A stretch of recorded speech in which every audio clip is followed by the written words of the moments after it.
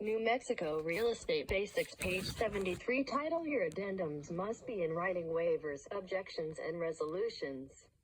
Unit 7. Common forms. An addendum, used to express multiple, non-related items of agreement between the parties, should be titled General Addendum. 73. An addendum should be incorporated into the purchase agreement by specific reference.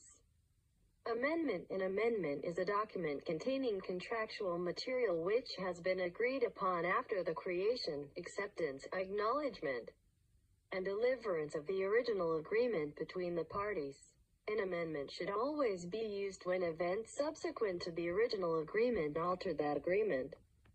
Commonly used amendments: waivers, objections, and resolutions. The waivers, objections, and resolutions form should be utilized for the parties to waive or put in writing that the parties are satisfied, or even to agree to resolve inspection reports or documents that were negotiated within the purchase agreement no later than the dates that were identified and agreed upon by the parties.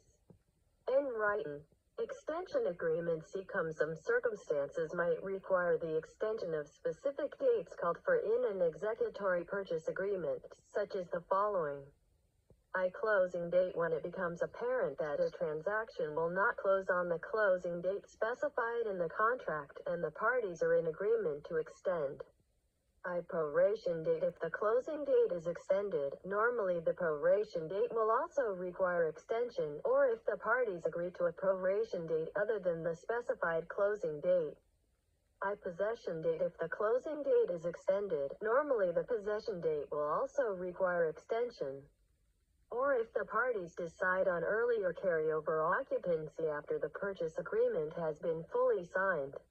Resolutions. Should these dates require extension, the broker should obtain a signed extension agreement amending the original agreement of the parties. CRANM Form 5104. This should be done in a timely manner. It must be done before the expiration of the date of closing expressed in the original purchase agreement. Extension agreements may provide space for an explanation of the extension. An extension agreement should contain language stating that all other terms and conditions of the original purchase agreement remain the same. An extension agreement is contractual in nature because it amends the original agreement of the parties. It should be signed by all parties to the original agreement, and legible copies should be given to the signing parties when they sign. The original extension agreement should be attached to the original purchase agreement. Unit 7 Must be